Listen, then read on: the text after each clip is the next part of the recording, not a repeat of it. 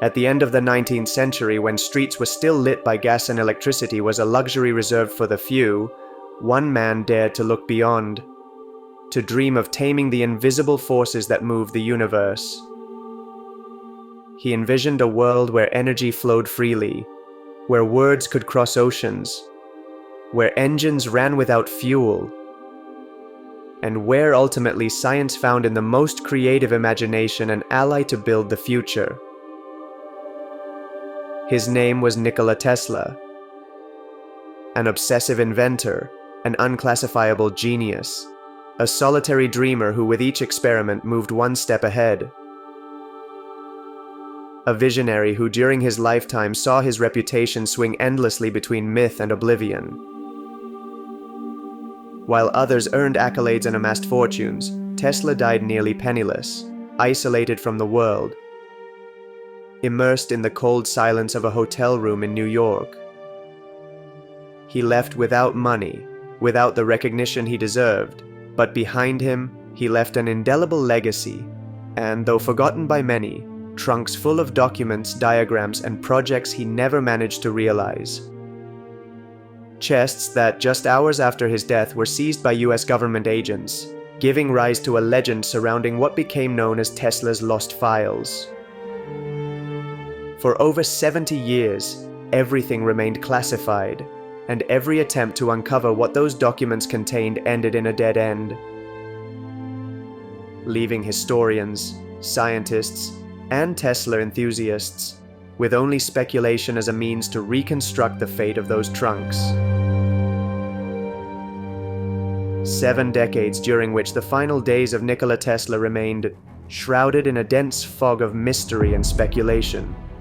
But against all odds, on September 21, 2016, so long after the genius's death, the story took an unexpected turn.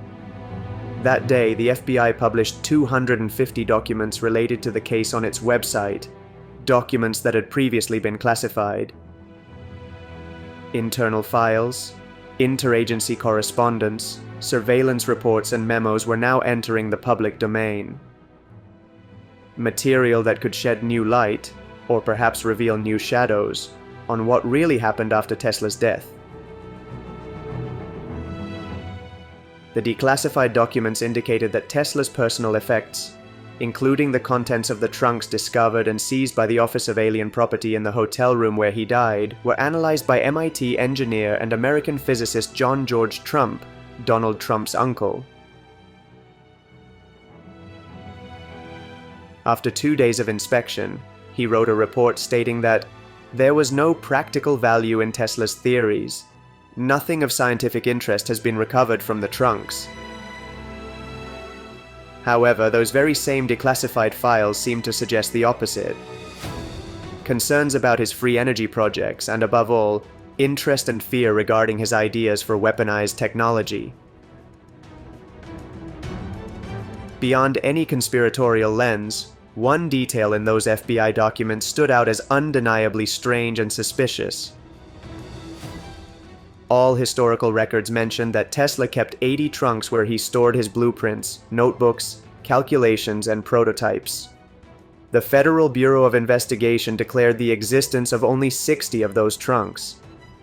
20 were missing. 20 chests vanished.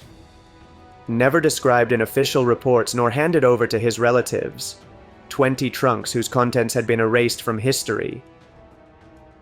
73 years after Nikola Tesla's death, the enigma surrounding it had just reached its climax. Unveiling the fate of those lost trunks meant decoding Tesla's hidden legacy. Uncovering the true inheritance of the man who invented the 20th century.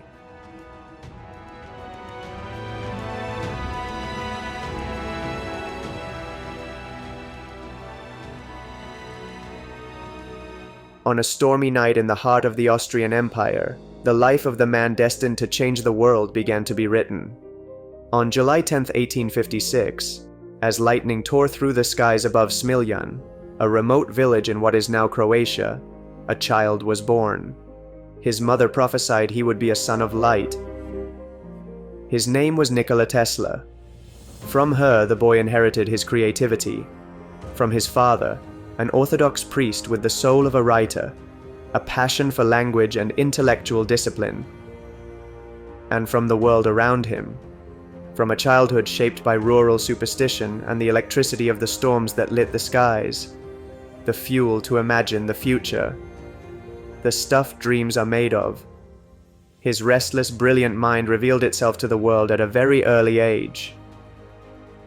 Those around him knew he was different, a genius whose imagination knew no bounds. No walls were high enough to contain his creativity. In the 1870s, electricity was still an emerging phenomenon, more typical of laboratories and science fairs than everyday life. Electric light existed, but it did not illuminate people's lives. Industries still ran on steam, coal, and gas, and society regarded electricity as a curious spectacle more than a practical energy source. Electricity as a driver of the modern world was a theoretically promising dream, but a practically marginal one. Yet, fascinated by its future possibilities, during his years as a student in Graz and later in Prague, Tesla became obsessed with a dream many considered impossible: alternating current, a way to transmit energy over great distances, without loss, without smoke, and without coal. Something that at the time sounded like technological heresy. In 1884, at just 28 years old and after working for 2 years as an engineer in Paris for the Continental Edison Company, he arrived in New York, where the most important experiments in electricity were taking place, with a letter of recommendation in hand. A metropolis boiling under the influence of Thomas Alva Edison, who had bet everything on direct current, a flow of electric charge that does not change direction over time. During a brief and tense 6-month period, Tesla worked for the Wizard of Menlo Park, but his conception of electricity was vastly different. Edison's direct current lost intensity and power as it was transmitted. The alternating current Tesla envisioned would theoretically maintain its intensity. Edison embodied a hands-on trial-and-error kind of engineering. Tesla, on the other hand, operated from pure theory, supported by intuition and mathematical aesthetics. The two inventors soon parted ways. After a period of extreme poverty, Tesla met the businessman and engineer who would change his life. George Westinghouse believed in him, bought his alternating current patents, and gave him all the means necessary to bring his revolution to life. What the media dubbed the War of the Currents broke out, a competition between Edison's direct current, backed by J.P. Morgan, and Tesla's alternating current, supported by Westinghouse. Despite Edison's smear campaigns portraying Tesla's system as extremely dangerous, it was all in vain. In 1893, during the Chicago World's Fair, Tesla and Westinghouse won the bid to power the event, marking the public debut of alternating current. 100,000 light bulbs lit up when President Grover Cleveland inaugurated the exposition. It was an unprecedented display of electrical power. Tesla illuminated the city with his alternating current, and the world understood that the future now had an owner. Eventually, alternating current systems became the global standard. Tesla had won the War of the Currents, and the consensus that he was destined to be one of the greatest and most successful inventors in history was nearly unanimous. The problem was that his business acumen never came close to matching his scientific brilliance. He had sold his patent to Westinghouse for what, in hindsight, considering its revolutionary impact, was a paltry sum of $60,000. A sum he invested in his own inventions and future projects, while others made a fortune off his work. Tesla was, in the strictest sense of the word, ahead of his time. He predicted a world connected by invisible waves, imagined flying machines without propellers, envisioned mobile phones with stunning accuracy, and described directed energy weapons. But his brilliance didn't always find a path in a world ruled by the dictatorship of money. Little by little, the economic interests of certain sectors led to Tesla being sidelined by the scientific community, with influential voices suggesting his ideas were more fantasy than science. Despite having registered over 300 patents, having enormously influenced the foundations of modern technology, and having played an indirect role in the development of radio radar and the induction motor in 1916, Nikola Tesla declared bankruptcy, marking the end of his public career while a media world, unknowingly, was already benefiting from his genius. He spent his final days isolated in a hotel room, plagued by paranoia, insomnia, and terrible headaches. Until, on January 8, 1943, an employee at the New Yorker hotel ignored the "Do Not Disturb" sign that always hung from room 3327's door and found Nikola Tesla's lifeless body. He had died a day earlier, at 86 years old. The cause, forensic experts concluded, was an acute myocardial infarction due to thrombosis. The death of what had once been one of the world's most famous inventors went completely unnoticed. There were no headlines, no public reactions. Tesla left us in silence, alongside those trunks that held the intellectual legacy of the Son of Light before he died. He told a few close friends that at the New Yorker hotel where he had lived from 1934 until his death, he had stored his documents, blueprints, notes, drawings, and personal effects in 80 trunks kept in his room. Many of them were filled with ideas, experiments, and theories, some completed, others still in progress. But of those, only 60 had been reported. The same ones that arrived in Belgrade when the Nikola Tesla Museum was inaugurated in 1952, 20 were missing. And we know there was more than enough time between his death and the discovery of the body for someone to steal them. At first glance, all signs pointed to some likely suspects. Tesla spoke openly about his ambition to gift the world with free wireless energy, a concept that, if realized, would have dismantled the fossil fuel monopoly. It wasn't far-fetched to think that those missing trunks had been stolen by oil industry magnates. From their perspective, eliminating or at least hiding Tesla's research made sense as a strategy to protect their multi-billion-dollar energy empire. That research on wireless energy, transmitted at extremely low cost or even for free, would have been a direct threat to the conventional electric industry and to oil as a source of energy. Examining his life, it was evident that many of his inventions were undervalued or ignored by big corporations. There was a clear boycott against Tesla. Why wouldn't it have continued after his death, by stealing knowledge that could destabilize their playground? But while seductive from a narrative that bordered on conspiracy theory, the hypothesis of a theft by oil magnates had a few weak points. First, because by the 1930s, Tesla had already lost the influence he had once enjoyed in his youth. His ideas were provocative, of course, but he was no longer in a position to shake the market. The big companies had already trampled him, relegated him to obscurity. They didn't see him as a threat anymore. Second, playing detective, the crime scene didn't add up. Tesla died alone in room 3327 of the New Yorker hotel. Access to the room was controlled, and his belongings were confiscated shortly after by government agents.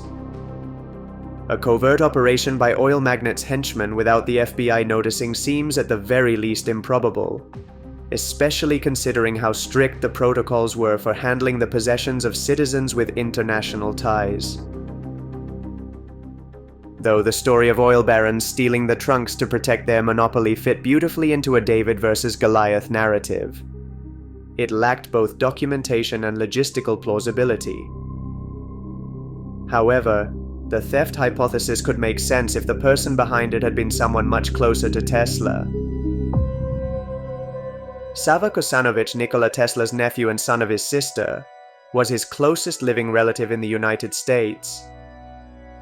He was a Yugoslav diplomat with ties to the communist regime who maintained regular contact with his uncle in his final years.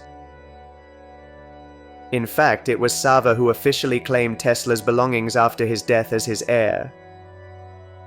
It's likely that Sava wanted to ensure Tesla's legacy returned to his homeland, where it would become a symbol of national pride.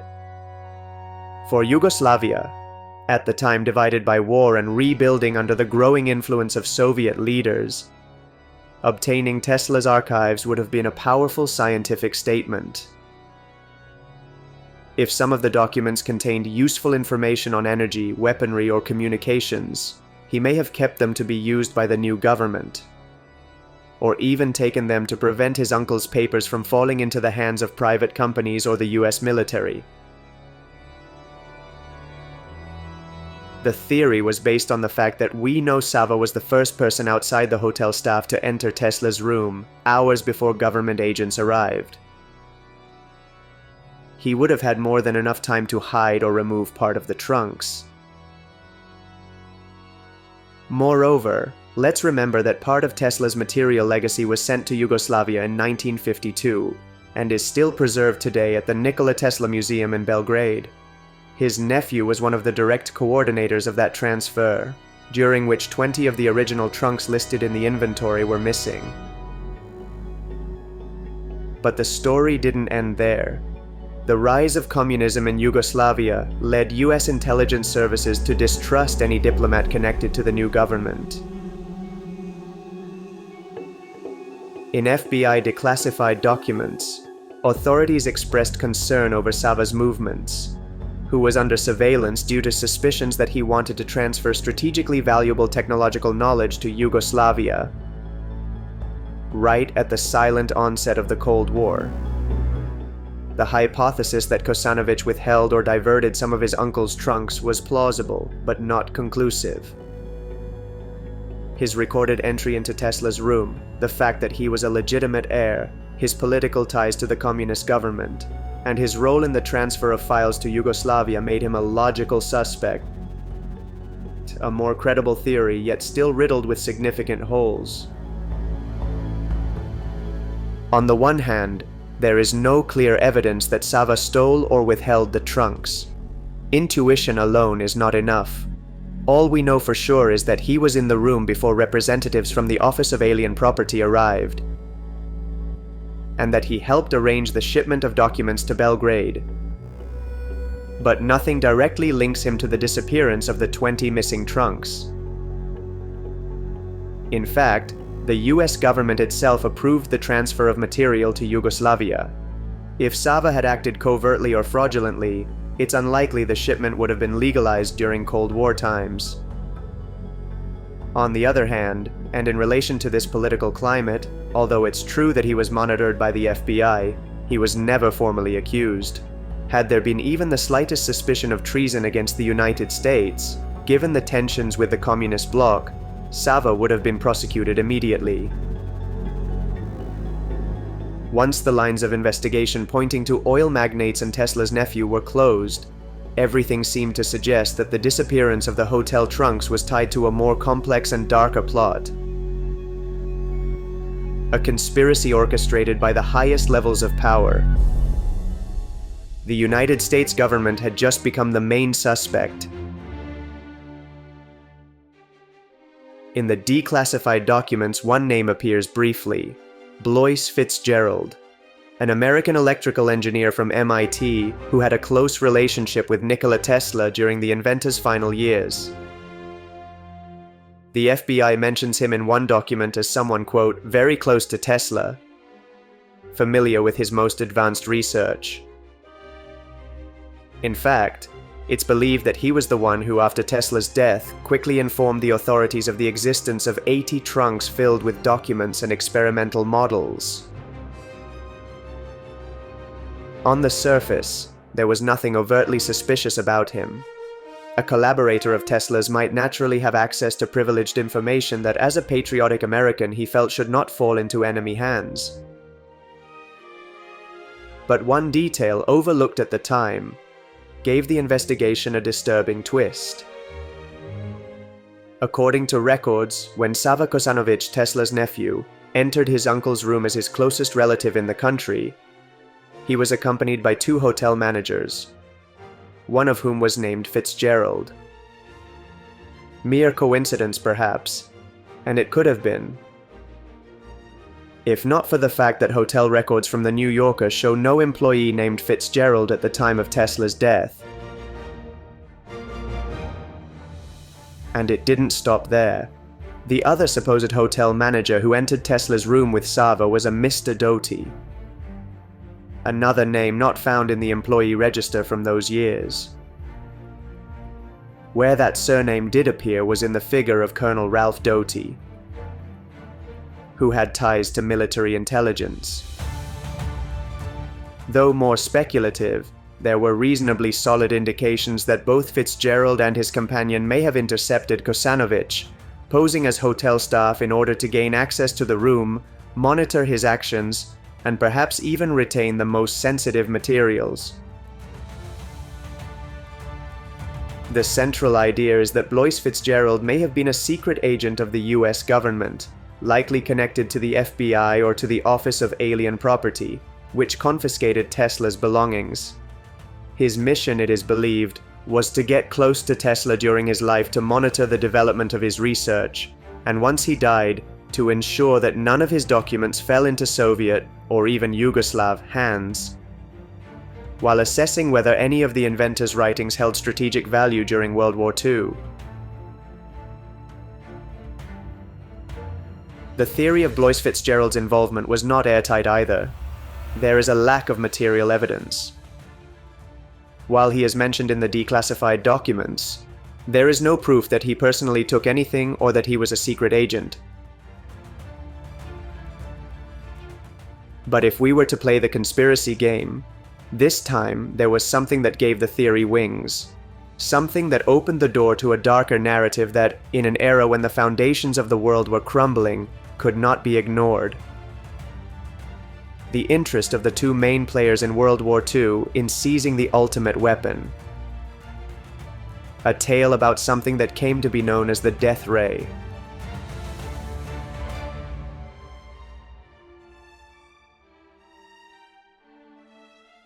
At the dawn of the darkest years in recent history, as the world teetered on the brink of war, Nikola Tesla was already immersed in his creative solitude, shut away in a hotel room, forgotten by the scientific community, pushed to the margins of history. But it was there that he cultivated his most dangerous idea.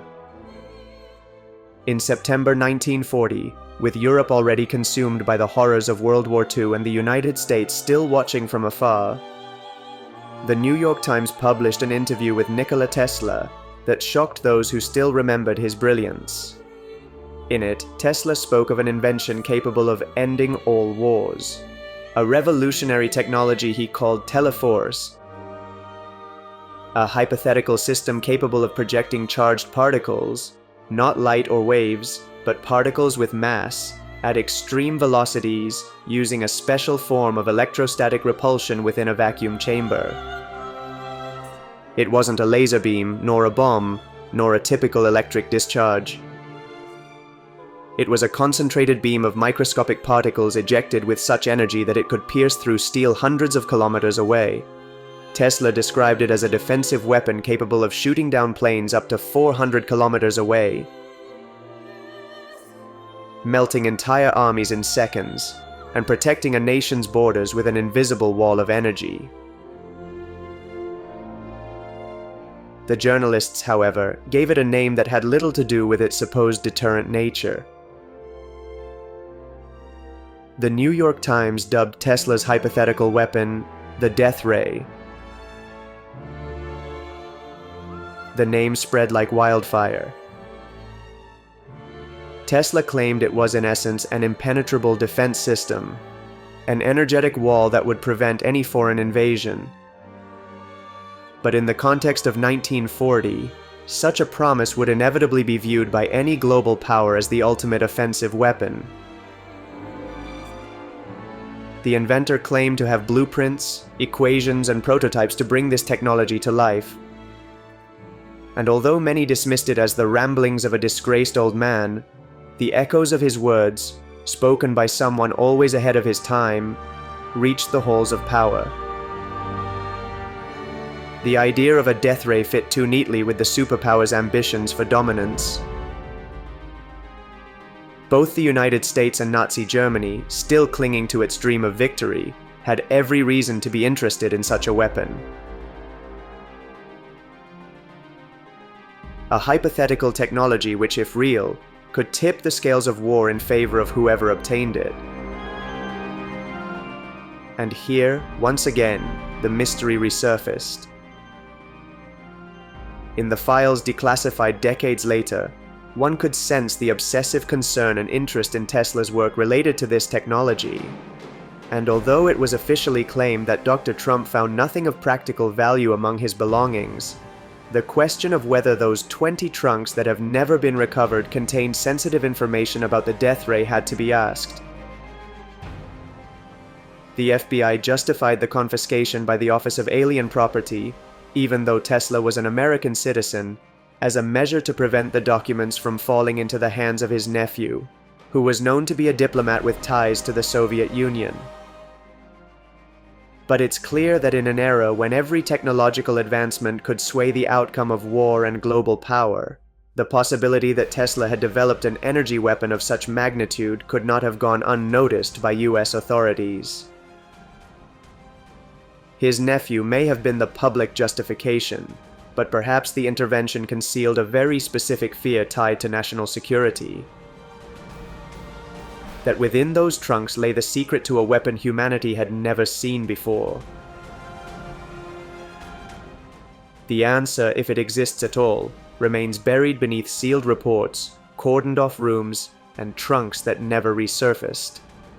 But if that was truly the sequence of events following Tesla's death, one must ask whether the FBI sought that information to bring the technology to life,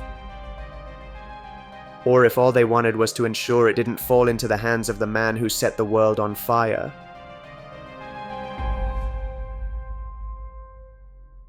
To some, the speed at which the US government acted to seal Tesla's hotel room and confiscate his belongings has long pointed to a single reason: the fear that the Nazis were already aware of Tesla's death, and that they would try to obtain his documents first. This is where one of the most complex conspiracy threads came into play: the theory of a Nazi network that had activated all its resources to get close to Tesla and his legacy, in order to obtain any technology that, during World War II, could offer a military advantage to the Axis powers. It is not so far-fetched to think that the Third Reich might have been interested in the inventor's work. At the time of the New York Times article that publicly mentioned the death ray for the first time, German agents were conducting espionage operations against the US government and military. We also know that at least one Nazi sympathizer approached Tesla in his later years. Titus de Bobula was an eccentric Hungarian-American architect. Known for designing several Orthodox churches in the US, he had actually been expelled from Hungary for his affiliation with an organization aligned with Nazi ideology. Something that clearly led to him being closely monitored on American soil. Several reports indicate that de Bobula had a close relationship with Tesla during the 1930s. While some say his role in the inventor's life was discreet, other testimonies and documents place him as a close confidant, almost a collaborator, to whom Tesla is said to have confided ideas and concepts that were still unpatented, still in development.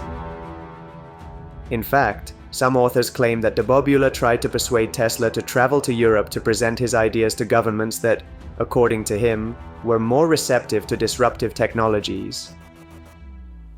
Although that trip never happened, the idea that de Bobula acted as a link between Tesla and powerful European figures fueled the theory that the Nazis, with whom he sympathized, were tracking the evolution of Tesla's inventions.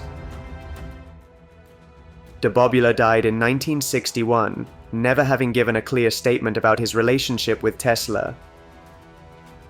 In fact, it's unclear whether, even if he was aligned with certain authoritarian ideologies, he ever had contact with Nazi Germany during the key years. Once again, despite the appeal of the narrative, there were significant gaps in it, and it relied too heavily on intuition and speculation. Still, the Nazi connection didn't end with de Bobula. In 2007, a man named Eric Berman, a Florida resident, published a story online that, although unverified, spread quickly through forums and videos, becoming one of the most striking and controversial pillars of the conspiracy surrounding Tesla's death ray. According to his account, his girlfriend's grandfather was a former SS officer who had lived in hiding in the United States for decades under a false identity. Otto Skorzeny was one of the most notorious and feared officers of the Nazi paramilitary organization. An engineer by training and closely connected to both Himmler and Hitler, he led the Nazi Party's Special Operations Unit during World War II, earning the nickname the most dangerous man in Europe. After the war, Skorzeny fled to Spain and lived in Madrid for several decades, under the protection of Franco's regime, until his death in July 1975 from lung cancer. The Florida man, however, claimed that the official story was a lie, that Skorzeny had faked his death, traveled to the United States, and lived under a false identity for years. On his deathbed, the man who claimed to be the girl's grandfather allegedly told him that his unit had been tasked with locating and capturing scientists with knowledge valuable to the Nazi cause. They had followed Tesla to the end of his days and were the first to break into his hotel room to steal the 20 trunks that supposedly contained, among many other things, the blueprints for the death ray. They later delivered these documents to a secret group within the Third Reich, who, however, were unable to materialize the technology that could have given them the key to world domination. Of course, there is no solid evidence to support this story. The idea of Nazis trying to get their hands on Tesla's designs and prototypes may not be entirely far-fetched, but the claim that Skorzeny faked his death and confessed to his granddaughter's boyfriend that he had stolen Tesla's lost files so Hitler could build the ultimate weapon of the Third Reich is entirely and utterly fantastical. There are no forensic records, documents, or witnesses to validate the Florida man's tale. It was tempting to use it as a narrative within that ecosystem of conspiracy theories connecting Nazis to secret technologies and government cover-ups. But the virality of a story does not grant it the right to be believed. The scientific community and serious historians reject this theory as unfounded and dangerously sensationalist. There is reason to believe that Tesla may have been on the radar of German intelligence services, who strongly believed in the potential of developing so-called miracle weapons to reverse the course of the war. But there is no documented evidence directly linking de Bobula, much less Skorzeny, to a conspiracy to seize the death ray blueprints. So many leads that ended in nothing inevitably led us to accept that perhaps, just perhaps, the US government's original conclusion, the one shown in those declassified documents, was the right one. Maybe there was nothing of value in Tesla's files, and not because someone got to them first, but because he himself made sure there was nothing left. Physically weakened, mentally increasingly erratic, clinging to the last vestiges of his greatness, perhaps he began destroying his own documents. The 20 trunks were never stolen. There was no robbery. Tesla made sure they would never be part of his legacy. He saw himself as one of the greatest scientists in history, brighter than Edison or Einstein. He had given his inventions to the world, and was still betrayed, marginalized, and forgotten. What would be the point of letting his achievements and ideas fall into the hands of the very powers that had rejected him? Perhaps after that New York Times interview, seeing how the press dubbed what he believed would be a tool for peace as the death ray, he had second thoughts. Aware of how his creations might be corrupted, he may have chosen to make them vanish. Maybe not out of revenge anymore, but out of responsibility for his legacy. To prevent the world from finding new ways to destroy itself. In the solitude of his final days, he trusted no one, and that made sense. Throughout his life, he had been the victim of deceit, of betrayal. Time and time again, people close to him had stolen his ideas, denied him credit, and prevented him from shining with the brilliance he was destined to. Perhaps one of his final thoughts was that he had been robbed enough in life, and he wouldn't let it happen in death. That he wouldn't allow his genius to be turned into horror. And when understanding Tesla's evolution as a person, this hypothesis came in with force. But it remained just that, a theory clinging tightly to intuition and speculation. All we could know for certain from that declassification was that there was a void in Tesla's final legacy. We know things are missing. But no one, not even the most fervent conspiracy theorists claiming to speak the absolute truth, knows for sure where those files rest or who has or had them. We don't even know if they still exist or if they will ever see the light of day. The only thing that remains clear is that the myth lives on, breathing more strongly than ever. Because there are still those who believe that among those vanished documents there may be knowledge capable of changing the world. Perhaps one day they will appear, or perhaps they never will. But if Tesla chose to erase himself from the future, we can be certain that he did so with a purpose. And it is that mystery, as much as his legacy, that keeps him alive. That ensures the legacy of the Son of Light continues to beat in every corner of a world that, despite everything, he managed to illuminate forever.